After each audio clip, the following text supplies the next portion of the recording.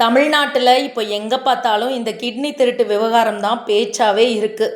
ஏற்கனவே பெரம்பலூர் தனலட்சுமி சீனிவாசன் ஹாஸ்பிட்டல், திருச்சியில் சித்தார் ஹாஸ்பிட்டல்னு 2 பெரிய இடத்துல கை வச்ச சுகாதாரத்துறை அங்கே ஆப்ரேஷன் பண்ணவே கூடாதுன்னு சீல் வச்ச மாதிரி தடையை போட்டாங்க.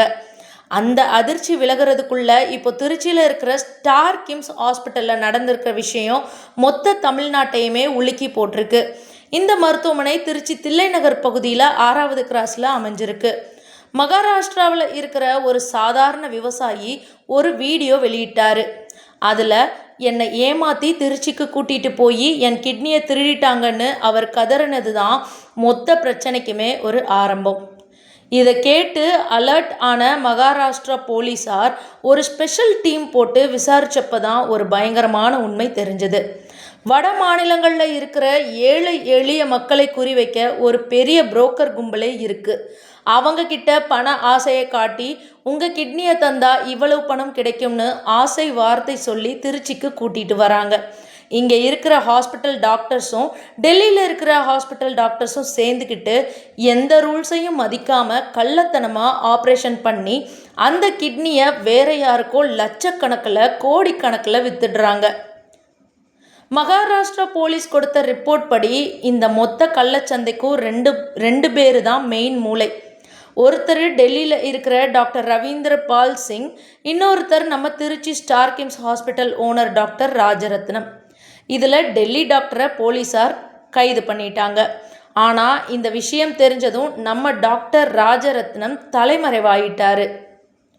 டிசம்பர் 30ஆம் தேதியே மகாராஷ்டிரா அதிகாரிகள் திருச்சிக்கு வந்து இறங்கிட்டாங்க. மாவட்ட ஆட்சியர், போலீஸ் கமிஷனர்னு எல்லாரையும் சந்தித்து அவங்க ஆதாரங்களை கொடுத்தாங்க.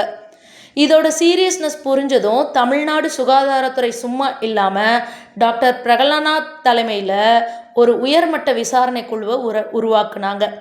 இந்த குழு கடந்த செவ்வாய்க்கிழமையில இருந்து 3 நாள் அந்த ஹாஸ்பிட்டல்லையே முகாமிட்டு அங்கே இருக்கிற ஒவ்வொரு ஃபைலையும் அலசி ஆராய்ஞ்சாங்க. அங்கே யாரெல்லாம் அட்மிட் ஆனாங்க, யார்கிட்ட இருந்து கிட்னி எடுத்தாங்க, அதுக்கு முறையான கவர்மெண்ட் பெர்மிஷன் வாங்கினாங்களா, இப்படி எல்லாத்தையும் செக் பண்ணப்போ அங்கே ஏகப்பட்ட தில்லுமுள்ளு நடந்தது அப்பட்டமாக தெரிய வந்துச்சு. இந்த விசாரணை குழுவோட முதற்கட்ட அறிக்கையை இன்னைக்கு சமர்ப்பித்த உடனேயே அரசாங்கம் ஒரு நிமிஷம் கூட யோசிக்காமல் அதிரடி உத்தரவு போட்டுச்சு.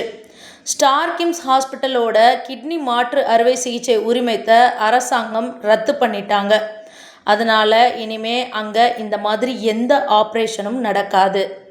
அதே மாதிரி தலைமறைவாக இருக்கிற டாக்டர் ராஜரத்னத்தை தேடுறதுக்காக போலீஸ் டீம் பிரிஞ்சு போயிருக்காங்களாம். அது மட்டும் இல்லை, அவரை ரொம்ப தீவிரமாக தேடிட்டு இருக்க பணியில் போலீஸார் இறங்கியிருக்காங்க.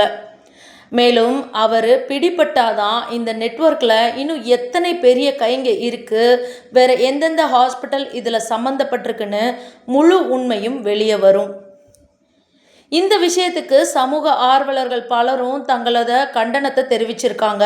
ஏழை எளிய மக்களுடைய கிட்னியை திருடி இந்த மாதிரி கோடிக்கணக்கில் லட்சக்கணக்கில் விற்கிறது முழுமையாக கண்டனத்துக்குரியது அப்படின்னும் உடனடியாக சம்மந்தப்பட்டவர்களை கைது பண்ணணும்னு ஏராளமானோர் கோரிக்கை வச்சுருக்காங்க. காசுக்காக ஏழைங்களோட உயிரோட விளையாடுற இந்த விவகாரம் இப்போது திருச்சி மக்களுக்கு பெரிய பயத்தையும் அதிர்ச்சியையும் கொடுத்துருக்கு. இந்த விவகாரத்தை பற்றி நீங்கள் என்ன நினைக்கிறீங்க? இது போல் கிட்னி திருட்டில் ஈடுபடுறவங்களுக்கு என்ன மாதிரியான தண்டனை கொடுக்கலாம்ங்கிறத கமெண்ட்டில் சொல்லுங்கள். மேலும் இது போன்ற வீடியோக்களுக்கு எங்களுடைய சேனலை சப்ஸ்கிரைப் பண்ணுங்கள்.